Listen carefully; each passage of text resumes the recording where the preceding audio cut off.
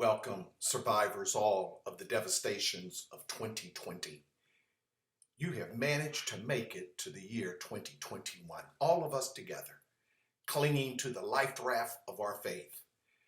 I pray that this new year will bring us to calmer shores, will lift us from the heaving sea, that we might be able to breathe a fresh new air of peace, of justice, and health. Let it come upon the land even as the new year now dawns. And let us hear this word sounded in our ear this first Sunday in the new year. This brilliant gospel, this good news from John, beginning from the very first chapter and the very first verse for this second Sunday after Christmas Day.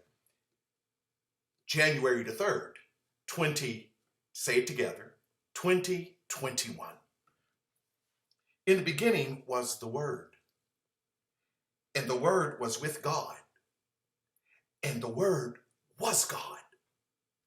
He was in the beginning with God. All things came into being through him, and without him not one thing came into being. What has come into being in him was life, and the life was the light of all people. The light shines in the darkness, and the darkness did not overcome it. There was a man sent from God whose name was John. He came as a witness to testify to the light, so that all might believe through him. He himself was not the light, but he came to testify to the light. The true light, which enlightens everyone, was coming into the world. He was in the world, and the world came into being through him. Yet the world did not know him. He came to what was his own, and his own people did not accept him. He came that those who received him, that they might believe in his name, and unto them he gave power to become children of God. Children of God who were born not of blood, or of the will of the flesh, or of the will of man, but of God. And the Word became flesh and lived among us, and we have seen his glory, the glory as of a Father's only Son, full of grace and truth. John testified to him and cried out, "This was he of whom I said, he who comes after me ranks ahead of me, because he was before me." From his fullness we have all received grace upon grace. The law indeed was given through Moses. Grace and truth came through Jesus Christ. No one has ever seen God. It is God, the only Son, who is close to the Father's heart, who has made him known. The Logos and the light. In the beginning, John's Gospel, his variation on the thrice told tale, claims to start from the beginning. But John is certain to tell us this is no ordinary beginning. This is not the beginning of the story about the birth of Jesus. John's beginning is much earlier than that. It is not the beginning as fashioned by the book of origins, that inestimable account of the creation itself and the genesis of all beings. John has an even earlier beginning still, the beginning of the beginning, as it were. Before the beginning, beyond the beginning, before, and beyond time itself. John says that even then there was what had always been and what will always be. Our language, it seems, is not quite square with what John wants to say, because what he wants to say is not exactly sayable in a language structured in tenses of past, present, and future. John wants to express a reality outside of human language and transcending temporal experience. We are nailed to time, you and I, and so all our stories are time bound to beginning and to ends. If you are still with me following John's turns of speech, then consider this. The unspeakable beginning of all beginnings to which John refers is the Word. He does, in fact, use language to name it. How can this be that what is inexpressible is the very condition of the possibility of anything being said at all, now or ever? The very name of what cannot be named is word itself. But there is yet another layer of complication here. John writes this gospel in a tongue that may not have been native to him. I'm not certain what John's mother tongue may have been, whether Hebrew or Aramaic, but I would wager that he picked up Greek in a Mediterranean world of vibrant commerce. Goods and resources at trade included ideas as well, and ideas are clothed in languages articulate and sometimes eloquent. They reveal the mind and the worldview of those who live in them, and John had learned well enough what was on the mind of his Greek-speaking audience when he penned this strange and profound gospel. In the beginning was the Logos, and the Logos was with God, and the Logos was God. For a Greek-speaking contemporary of John, this first sentence to John's story, this beginning to his tale, would have been so intriguing she would have been compelled to listen. A literate Greek had no doubt read what Heraclitus, the sage of Ephesus, had written concerning the Logos some 500 years before. John knew that his audience had comprehended Heraclitus enough to gather that all of reality was sayable in speech generated because it was undergirded by an intelligibility and a power of intellection that was discursive, and not just discursive, but cosmically ordering. John tells the Greek as he tells us that the Logos was with God, and more than that the Logos is God. The extraordinary compounding of claims made in John's gospel is dizzying. The reading for today requires study far beyond the limits preaching imposes upon those of us who undertake the task of witness. But stop just long enough, please, want all of you, to hear the mysterious and supernatural assertion John makes. The Word became flesh. This all-encompassing, primordial, universal, and atemporal absolute John calls the Logos, that John calls God, takes on a body from a particular place in a particular woman at an historical moment that is contingent. That is to say, it could have been anywhere else at any other time. Moreover, if the Logos is born into the world, this world of suffering, pain, and death, then would not the Logos have been born into the world only to leave it again in death? That is the way, after all, of all flesh, being born and then dying. The way of flesh is stamped by mortality. How does John say at the close of his good news story that in the end was the Logos? And if the Logos comes to an end, what might that mean for all beings, for creation and for God? How could any of the answers to these nagging questions become good news?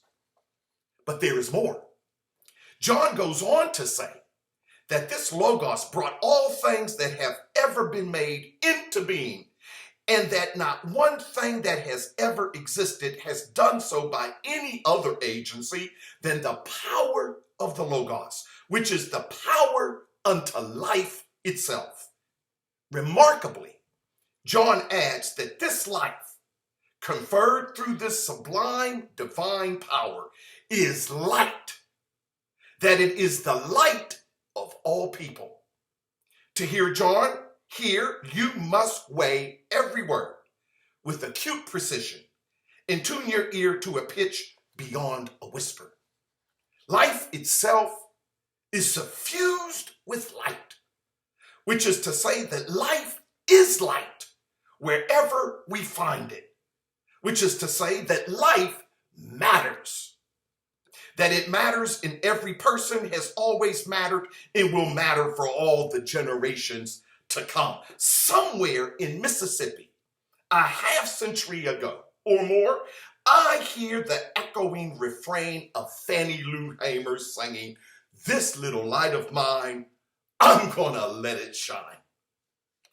I surmise that this is what life is intended to do, to light up all of being, to make all things visible, either to sense or to mind, to make wisdom a manifest reality and not a concealed supposition. The light is our power unto life, but our lives are not ours because the light grants us our lives to shatter darkness, to dispel what is not of light, and therefore to vanquish what is not of life. Our lives belong to the one who made them. And what is as perceptible, as visible, and as shimmering with the glow of blessedness. We are here now to mark a here and a now against a nowhere and a no time. For darkness is non-being, and non-being is by definition absurd.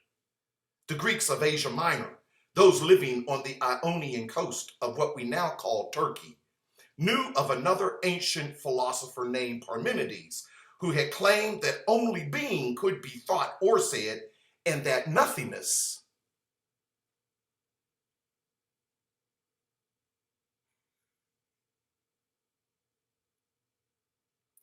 life is all, and the light of Logos is its eternal parent, come now to earth as a human being, a most particular life to live among the persons who do not know him, who fail to see him, and who are unable to receive him. Can you imagine that? John's gospel makes us ponder the fundamental reality and the absolute progenitor of all beings coming among us only to be overlooked in our hastening to come in and to go out, in our quickened energies to live so much that we fail to live at all. How must it seem to any of us that the sacred could be anything other than soured against us for our failure to appreciate, to acknowledge, or better yet, to worship what is right there before us, behind us, under and above us, granting us our next breath, our next beat of the heart, our next conception of the mind, and our next swoon when the unutterable beauty shines. But then, at this very point, John frames an answer to one of our earlier questions concerning life and death. Listen again to John's next etude. But to all who received him, who believed in his name, he gave power to become children of God, who were born not of blood or of the will of the flesh or the will of man, but of God. In this most remarkable gospel, with so astonishing an opening paragraph, John lays down this most extraordinary claim that those of us who believe in his name Let us call him Logos for the moment, though other names may come. If we believe in his name, we are born again, but not of flesh and not of blood, but of God. In other words, the word became flesh that we might be adopted of spirit, that we might be drawn into the other direction from which the Logos had come to bring light and life. In a final elaboration to the beginning of his gospel, John bequeaths us one more critical element to add to Logos, light, and life. Those of us who acknowledge the presence of God in the Word become flesh are able to do so because we have witnessed his glory, and that glory is the shine of grace and truth. John assures us that if we are alive to shine the light that discloses the presence of God among us, then we are also the vessels of grace as well. Grace abounding and multiplying in powers of 3 and 4 and more. But what is grace? John tells us that we have the law through Moses. If we needed the law, it was because we were, to put it plainly, lawless. We were guilty of trespass. The trespass that betrays our original calling into the world to be a light and a witness that God was near and not afar off. We betrayed each other when we killed the light in each other, when we lied about each other or misused each other, when we abused each other, and when we murdered each other. The law was a useful restraint upon the inclination with us to cheat, to bear false witness, to steal or to covet, to dishonor and to enslave, which is another name for murder. The law of Moses is intended to keep our light flickering even as we seek to extinguish it. But something new, something incomparable, something inimitable happens when Jesus the Christ comes at last by this name so full of grace. John concludes the first stroke of his good news with this new man, this new Adam, this new light, this new life, a life for us full of grace. He underscores the pardoning of our terrible, life-denying sins and our most abject, light-snuffing failures. We have received, without deserving it in the least, a renewed promise that we are adopted of the Spirit of God, to know God through and in the Christ we call the Son of God. Why would God go to this most extreme measure of self-pouring, of self-disclosure in a form so inglorious, so self-abasing, and so self-surrendering? Why should God extend so freely, so monumental and incalculable a gift as grace upon grace to creatures like us? Who are we? Answer me, please. Who do we want to be? Answer to God. John's gospel is so well begun. We naturally hunger and thirst for how it ends. But that would not be fair to race ahead and to skip the in-between of the life well lived. It would not be fair to John or to us.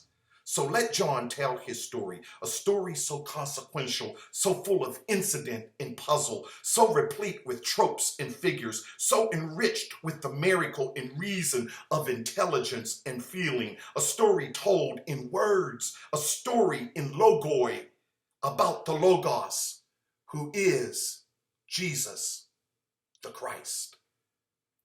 In the meantime, I feel a song coming on. This little light of mine, I'm gonna let it shine, let it shine, let it shine, let it shine. Glory.